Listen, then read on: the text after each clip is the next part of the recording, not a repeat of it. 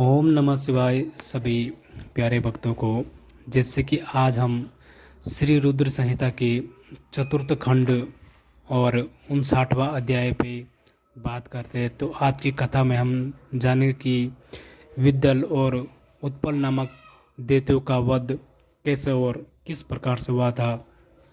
जो कि जब एक बार की बात है, सनत कुमार जी बोले, हे महामुनि वेद व्यास जी, अब मैं आपको विद्दल और उत्पल नामक दो महादैत्यों के विनाश की कथा सुनाता हूँ। विद्दल और उत्पल दैत्यों ने ब्रह्मा जी की कठोर तपस्या करके उनसे किसी भी पुरुष के हाथों से न मरने का वरदान प्राप्त कर लिया था। जब यह वरदान पाकर वे दोनों दैत्य अपने को महावीर, बलवान और पराक्रमी समझने लगे थे, तब उन्हें अपने पर बड़ा अभिमान हो गया और उन्होंने अपने बल से सारे ब्रह्मांड को जीतकर अपने वश में कर लिया। तत्पश्चात उन्होंने सब देवताओं को भी युद्ध में परास्त कर दिया और उनके स्वर्गलोक पर अधिकार कर लिया। सब देवताओं ने ब्रह्मा जी को अपनी व्यथा सुनाई। तब ब्रह्मा जी ने उन्हें आश्वासन दिया कि और समझाया कि आप देवी पार्वती सहित भगवान शिव की आराधना करें, वे ही आपके दुखों को दूर कर सकते हैं। आप सब उन्हीं की शरण में जाए। भगवान भक्तवंशल है, वे निश्चय ही आपका कल्याण करेंगे। तब ब्रह्मा जी की आज्ञा मानकर देवता शिव शिवा की जय जयकार करते हुए अपने अपने धाम को चले गए। एक दिन की बात है, देवर्षि नारद भगवान शिव की इच्छा से प्रेरित होकर विद्दल और उत्पल नामक दैत्यों के पास गए और वहाँ उन्होंने उन महादैत्यों से देवी पार्वती के रूप सौंदर्य की बहुत प्रशंसा की। उनके रूप की प्रशंसा सुनकर दैत्य काम से पीड़ित हो गए। उन्होंने अपने मन में देवी पार्वती का हरण करने के बारे में सोचा। इस बुरी भावना को मन में लिए वे दैत्य पार्वती जी को देखने के लिए चल दिए। एक बार जब देवी पार्वती अपनी सहेलियों के साथ गेंद से खेल रही थी, तब आकाश मार्ग से जाते उस दिन दुराचारी दैत्यों की दृष्टि देवी पार्वती पर पड़ी। वे महादैत्य शिव गणों का रूप धारण करके उनके निकट पहुँचे।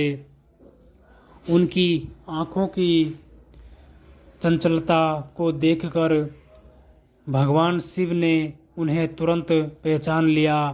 उन्होंने अलौकिक रीति से देवी पार्वती को भी इस बात का ज्ञान करा दिया कि वे शिवगण नहीं, राक्षस है।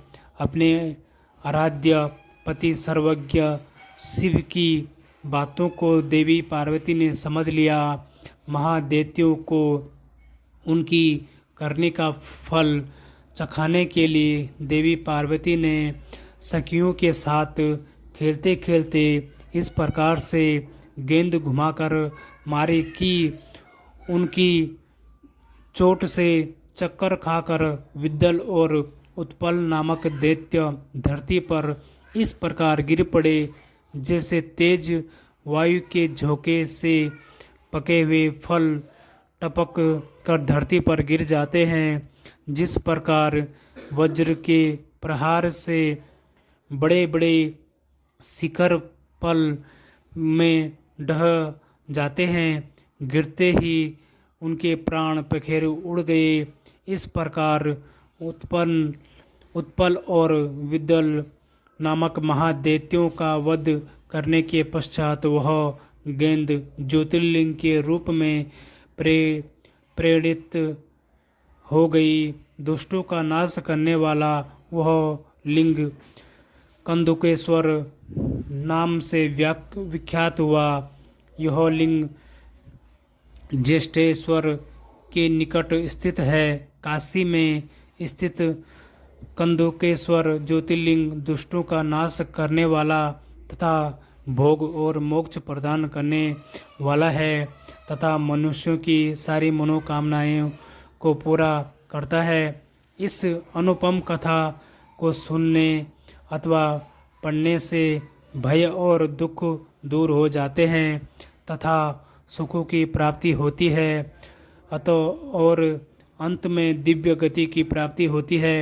ब्रह्मा जी बोले, हे मुनीश्वर, मैंने आपको समस्त मनोरथों को पूरा करने वाले रुद्र संहिता के युद्ध खंड को सुनाया। यह शिव जी की प्रिय है और भक्ति और मुक्ति प्रदान देने वाली है।